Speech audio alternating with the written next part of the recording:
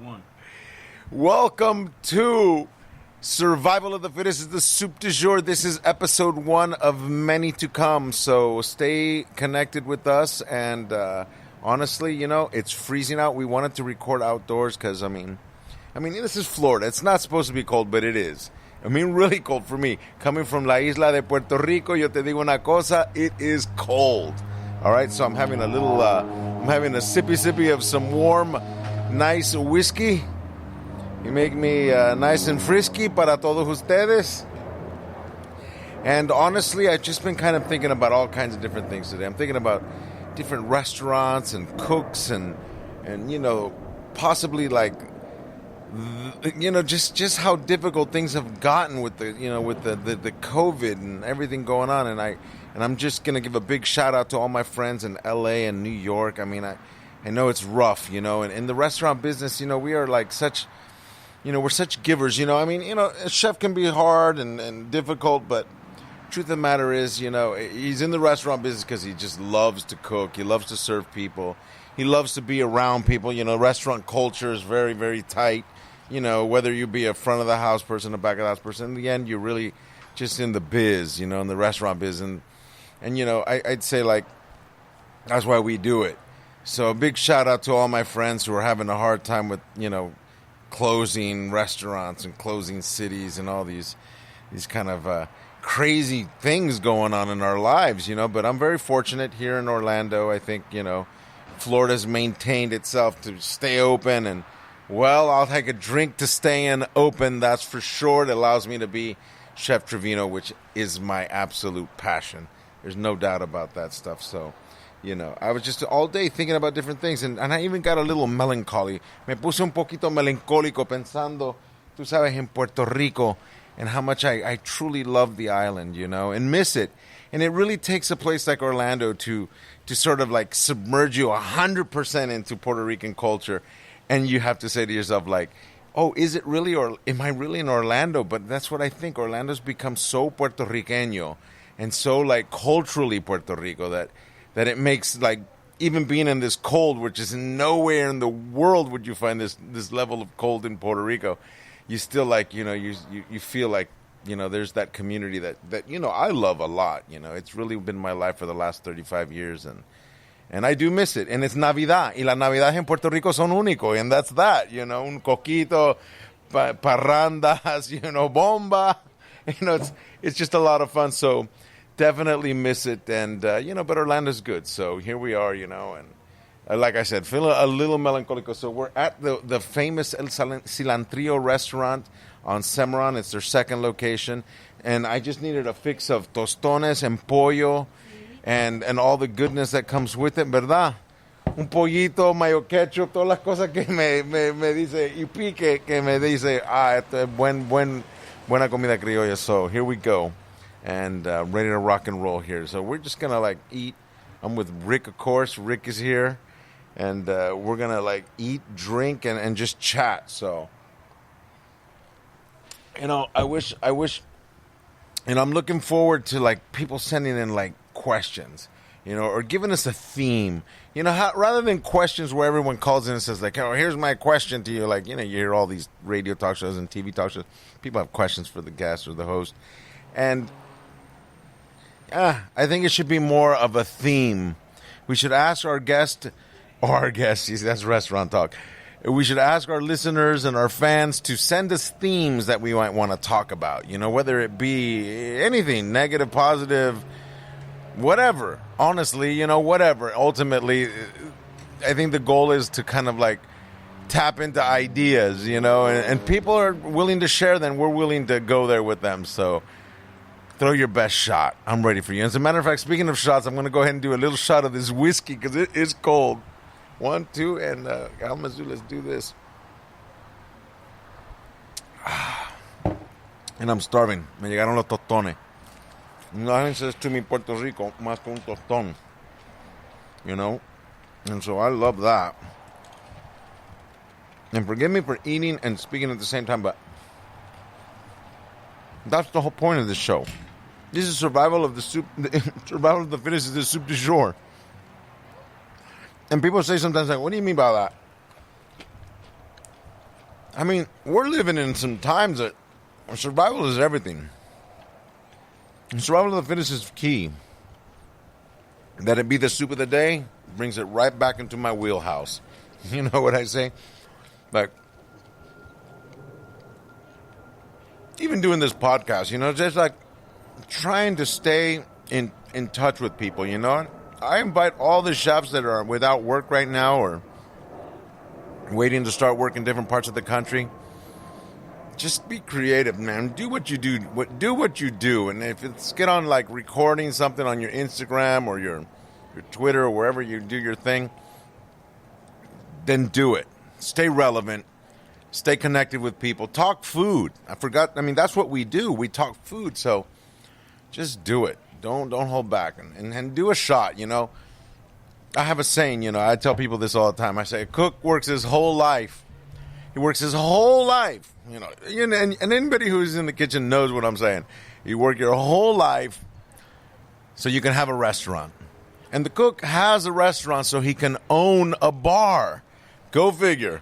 It kind of goes hand in hand. And I know a lot of people don't drink, and I know a lot of people kind of want to keep it real and don't want to, want to go there. And hey, go forward at your own risk. Certainly, I'm not going to be suggesting that you become an alcoholic or a drunk. But I tell you what, in the kitchen life, we drink.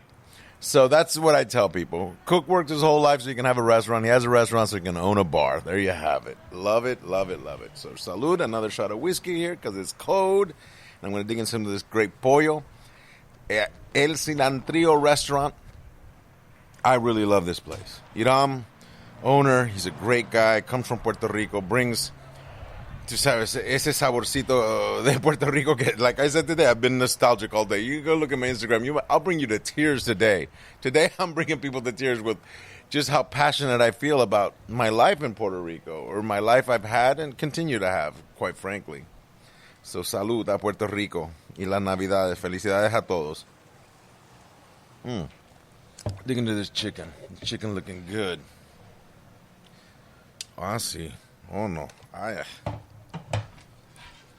One thing I love about Puerto Rico is its barbecue chicken. We call it barbecue chicken. It's pollo a la vara. It's usually seasoned very well. Gracias, mi amor. Seasoned very well. I'd even say like runs the risk of being salty. In a lot of countries, in a lot of different places, salty is not a good thing. But I tell you what, in la cocina latina, salty is very important, and a lot of people don't understand this level of salt that we enjoy, and we enjoy it. And I believe that food also is a bit of chemistry in how it affects how much you want to eat it again, how successful you are as a chef. I say sometimes it's all about the salt.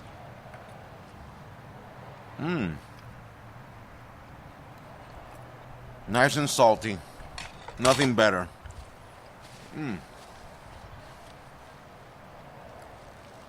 Survival of the fittest is the soup du jour. I'm very happy. I'm excited about the future. I still think that we're going to get past this thing. This just horrible shadow we got hanging over us all right now with this pandemic. It's worldwide, so, you can't feel like you're a victim here. You just got to feel like it's just part of life. There's been episodes in history where people had to deal with extreme situations, and I think we're dealing with an extreme situation here. And what it holds in our future is unclear to all of us, I'm very... It's really kind of like brings you back. There was a time in your life where you were like, I don't feel like going to work. Oh, I don't feel like talking to this person or that person. I don't feel like dealing with this or that. And you're always complaining and just not willing to live. And what I think this has done for all of us is kind of given us an opportunity to just say, you know what? I enjoy getting out. I enjoy talking to people. I enjoy my job. My 9 to 5, whether it be, or your 10 or 12, 14-hour days, you love them so much more now. So I just think that it's kind of been an important part of my life, certainly this pandemic, where I just had to kind of lock down for 6 months while I was on the island. Didn't work. Didn't know what was going on. Reinventing myself, wondering if was there going to be a restaurant business in the future? And there's a lot of cities that are indeed facing that. There going to be a restaurant industry in the future? And I'd have to say it's been greatly affected. But, I don't like to stay, I don't want to be negative, because I don't think it's negative. I think it's just, part of life, a lot of serious shit's gone down in this world, and we're just living life.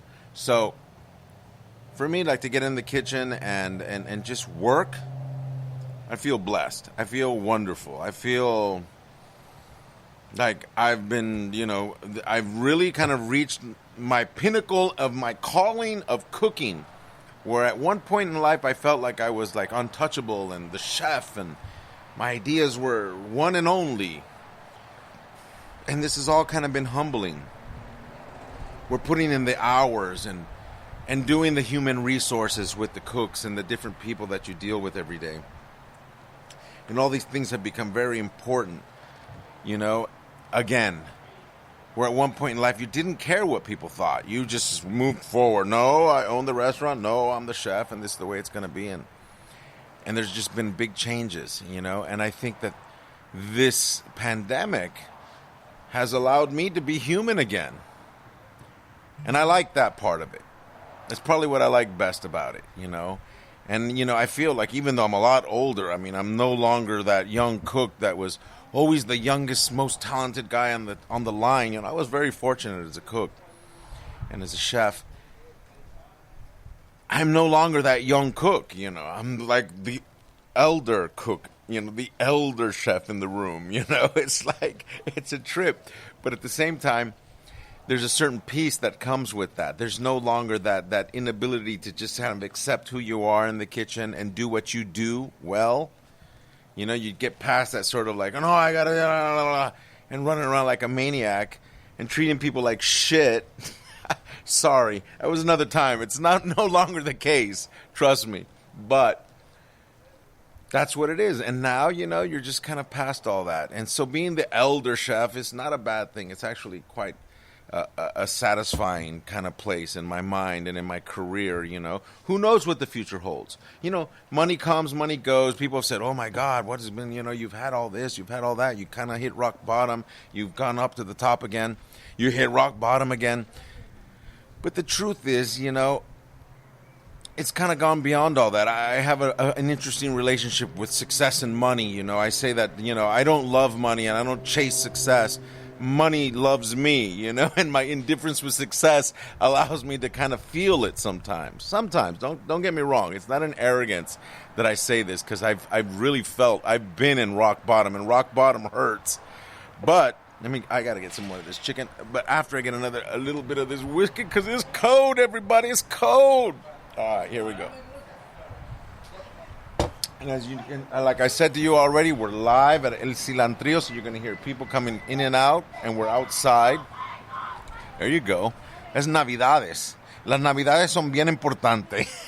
Y la gente quiere vivirlo. What I'm basically saying is, we love Christmas. Christmas is very important for us, and we're going to just live life, and we're going to be loud, and we're going to dance, and we're going to sing, and we're going to celebrate the life that we have, We see people come and go all the time.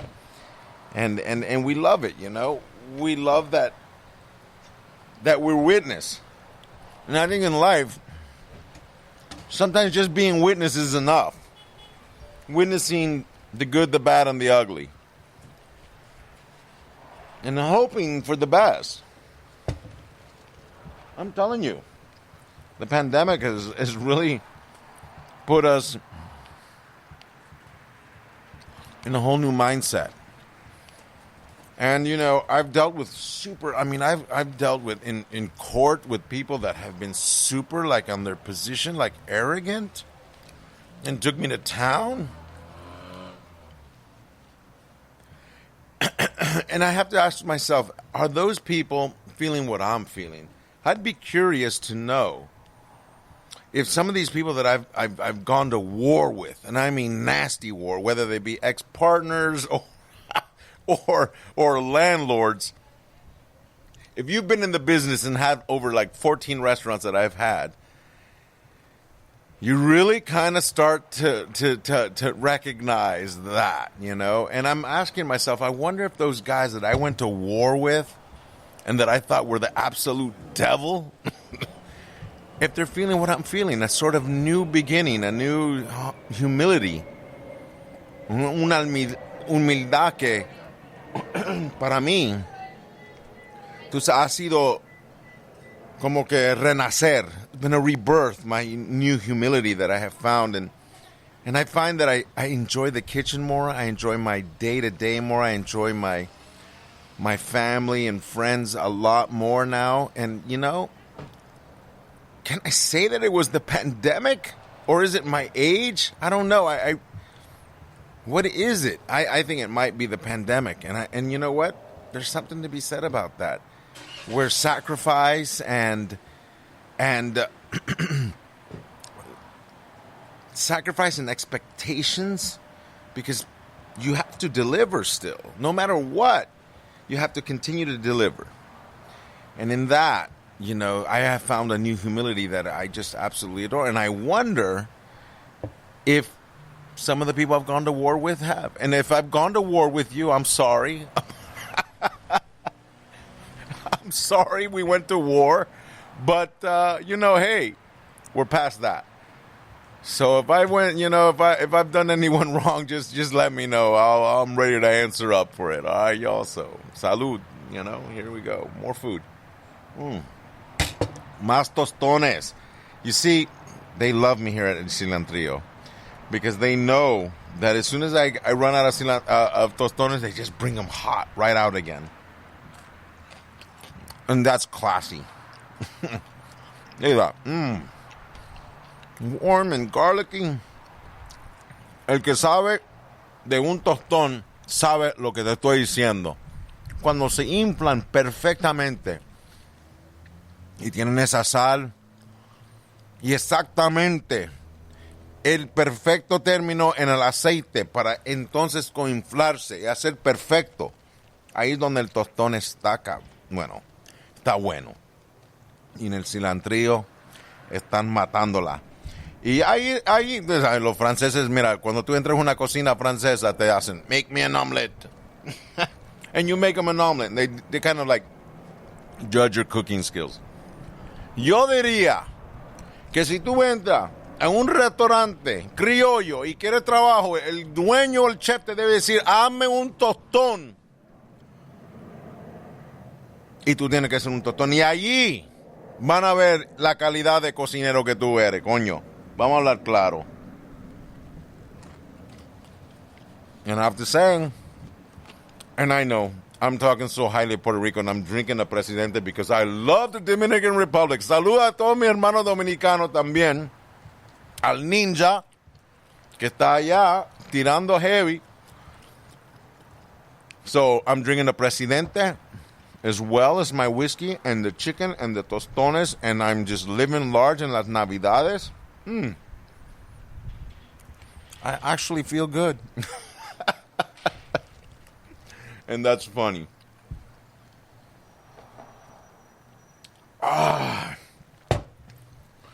Mi hermano, esa Presidente está perfecto. And I love it. So, continuing with the chicken. Business partners, landlords, employees, chefs, sous chefs, alcohol, all of it. All of it. And I take it all. Hook, line, and sinker. I wouldn't have it any other way.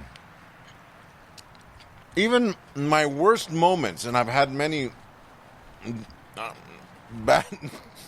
I've had many adventurous moments in the kitchen. You know, from like getting a day wrong. We were at the Parrot Club. It was probably around 1995, maybe 94. And we're expecting a press junket that was set up by the Puerto Rican Tourism Company. We had the Parrot Club open then on Calle Fortaleza. It was really the beginning of the restaurant revolution in Puerto Rico. It was with Emilio Figueroa and Gigi Cefero. And we were expecting a press junket on Saturday. for 40 riders, all riders, top-notch riders, Condé Nast, I mean, you know, Food and Wine, the works, you know. And I guess somebody messed up on the days, and they actually showed up for lunch. We were just cranking our regular Friday lunch, which was good. You know, we had good lunches and we had good dinners. Pear Club was an amazing restaurant. It just had lines out the door, really, so it was fun. But all of a sudden, 40 riders all show up at the same time, and we're not ready for them. We're prepping for them for tomorrow, if you get my drift. And they walk in the door expecting lunch, expecting a fabulous, you know, Puerto Rico, newest, hottest restaurant, doing sort of modern criollo food. And they show up, and they're, like I said, they want lunch, and we had to just snap to it. Now, do I say that was a bad time in the kitchen or a great time in the kitchen? At the moment, I was in fucking hell. But in retrospect, in life, in my 51st year of life, I look back when I was a 26, 27, maybe a 28-year-old cook at that point. Chef, because I was the chef of the restaurant. It was magic. It was the best moment of my life. It's what allowed me to do everything else after that. And, you know, it sounds stupid to say something like that because you can say that about 100 different events in your life. But this one in particular kind of proved to me that I could just face up to anything coming my way and cook well. And cook fast, and cook accurately. And that was a wonderful moment for me. And I'll never forget that. That was incredible, you know. And I remember it really did wonders for us because, you know, my business partner, Emilio Figueroa, who was the absolute master of planting the story, of just creating a buzz. And he actually went to one of the riders and just said, like, oh, like complaining almost because this guy was amazing. Oh, I can't believe this happened to us. And told them the story. And of course, writers being writers, they just started to spread the rumor amongst themselves while they're eating lunch. And by the time I come out to just sort of say, thank you for coming in, you know, we were a pleasure to cook for you kind of angle, these people already in their minds saw an incredible feat of wonderfulness. And that was to be able to crank out their lunch on a really high level with a really wonderful, you know, presentation and good taste that they just applauded. They went wild with the whole thing. And you know, we're talking about writers, the influence that particular moment had on the rest of my career makes that moment a very magical moment for me. And that indeed, I would have to say, sparked even my whole TV things going on and people knowing my name in New York and in Las Vegas and in Los Angeles and Chicago. Because, you know, the tourism department brings writers from all over the world, Spain, everywhere, London, you know, I mean, and all of a sudden you got me pulling this outrageous, you know, shift of circumstance, you know, to something that worked in our favor to the level that it just kind of put me out there. And that is the amazing magic that the kitchen has, that, you know, having a restaurant can allow you to feel, to have. So I always say, man, just go for it, you know, and if shit hits the fan, then roll with it, man. Frag it. Let's get it on, you know, and that's where I'm at. Mira, mi amor, también. Oh, sí. When it comes time for another whiskey, I say, oh, sí, por favor. More chicken. Delicious. Wait a minute. All right, so.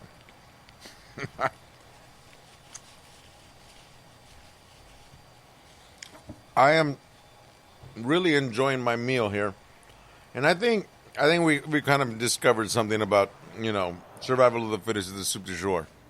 We should eat during our podcast. It should be part of the show. So that, we can talk about food and restaurants. I mean, after all, this is a chef show. You know what I'm saying? It's like a food show. But at the same time, I'm so full of shit that I'm going to always talk about all kinds of crazy different things, and I think as I get more comfortable eating and talking with y'all, the crazier the shit's going to get. By the way, after this, I'm going to go shoot some pool, which I'm looking forward to. There's a pool hall maybe a block away from here. So I'm going to go shoot some pool, and I like that pool hall because I'm not a smoker, but they allow you to smoke in there. And I just think that that's just one of those things. It's like, where do you see that shit? I mean, not that I like cigarettes, not that I'm saying you should smoke. I don't smoke, not regularly anyway. So it's not my thing, but I love the fact that you can fucking smoke in there if you want to. And that is rad. By the way, they also play great music. It's actually called Clicks. Clicks Billiards. That's not an endorsement. It's just an enjoyment. Because I've been there before on several occasions where I'm just kind of quiet and I actually buy a pack of cigarettes. And I burn a couple of smokes just because I can. That's some fucked up shit. But it's true. So I'm going to go in there after this chicken and the tostones and my tostones relleno con sirloin that they're going to bring now. And my second double whiskey, I'm going to go shoot some pool. And buy a pack of smokes. Is that wrong? It is so fucking wrong. I'm so sorry, America, world.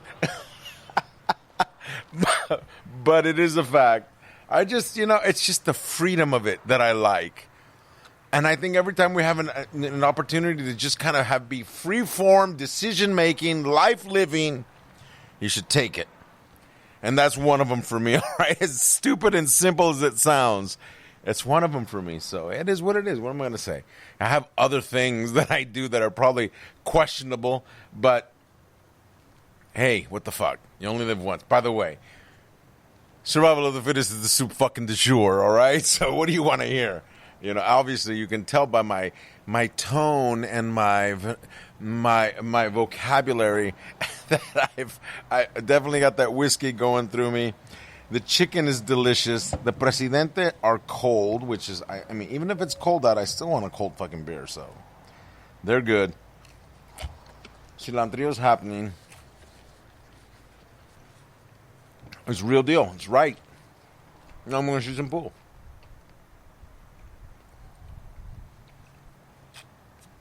Now, culinarily, I feel like I'm at an interesting place. I'm feeling like there's a pure, I like to joke with the cooks at town, I'm the fucking Matrix. When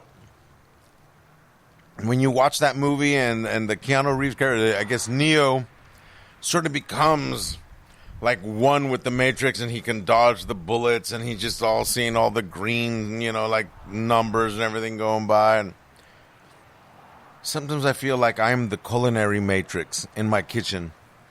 And I'll be in there, and it just sort of becomes, every inch of space and every moment of time and every sound becomes that matrix, that sort of place in the kitchen. And I love that about the kitchen and my relationship with the kitchen, because it's always been very good. I've always had a very, I want to say more of a spiritual relationship with my career.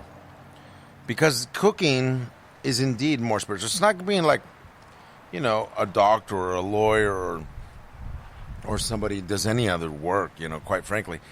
But being in the kitchen, you're actually feeding people. You're actually, there's and with steaks and chicken, lives being taken to give this to people to enjoy and eat. The alchemist of life and death. I know it sounds crazy, but me, once again. And that's where you become the Matrix. And so I'm in my kitchen, and I'm just feeling like I love chicken skin. And I'm feeling like, what an amazing moment to be able to cook for your guest. You don't know them. You don't get to meet them. You don't get to see them. You're just cooking. And you're putting out an amazing plate. You're putting it out with effort and energy. And dare I sound cliche and say love, but with a lot of love.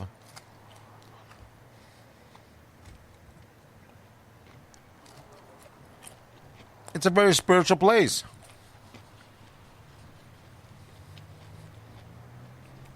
And that's probably what I enjoy. It's not just a job. Not being like a preacher of, like a sermon, where you're reciting the words of greatness, but you're sharing with people what they need, and that's food to live. And you're giving it to them on a very decadent level because there's plenty of spice and salt and wonderful flavors. And they sit there and you bring them their food and they look at it and, you've gone through in your mind how it should be presented properly, how it should be presented like wow. Because wow is something that I believe exists. And if you can present your food like wow, then it becomes holy and spiritual. And I used to tell my cooks all the time, and I still do, that where we work, where we produce food for people, and where we work together and we suffer this intensity, and we who are cooks know the intensity I'm talking about, the ground becomes sacred. The ground becomes sacred. It becomes sacred ground where you put out wonderful food for people. That's what I love about being a chef. That's what I absolutely adore about my profession, is I'm allowed to be eccentric, but I get to recognize the sanctity of the floor that I step on, where I work, where we produce food for people. That I love. That drives me. So, one more shot. All right, we're getting into the shots pretty heavily. And, I can go on all night. My chicken I'm waiting on some more food, by the way. And again, El Cilantrillo Restaurant on Cimarron. There's another location in Kissimmee, which is the original. Hiram is the owner, great guy. You gotta come eat their food. If you're in Orlando, vente a comer. Si eres de Puerto Rico y quieres ese saborcito a la isla, llégala aquí a Cilantrillo. And those who know, know. El que sabe, sabe. Okay? Date una medallita, que son ricas también. I'm drinking President tonight. I know medalla. You're probably upset at me, but got plenty of medalla here. Great specials. Great food. Great service. Once again, in that kitchen that I see in the distance. I just see it every time they open the kitchen door. They open the kitchen door, and there's just this sort of magnetism that just my vision, my sight goes straight to that door. And I see that kitchen, and I see the cooks. And I say to myself, those boys, those cooks, those chefs are on sacred ground. And that drives me. So, I'm Roberto Treviño. This is Survival of the Fittest is the soup du jour. Gente, los quiero. Felicidades a todo mundo. A Puerto Rico, los extraño. Saludos and greetings to all my friends in Los Angeles, Texas, New York, Georgia, Florida, España, and the subcontinent. We'll see you soon. Aquí conmigo en Survival of the Fittest is the soup du jour. Cuídense, gente. Salud.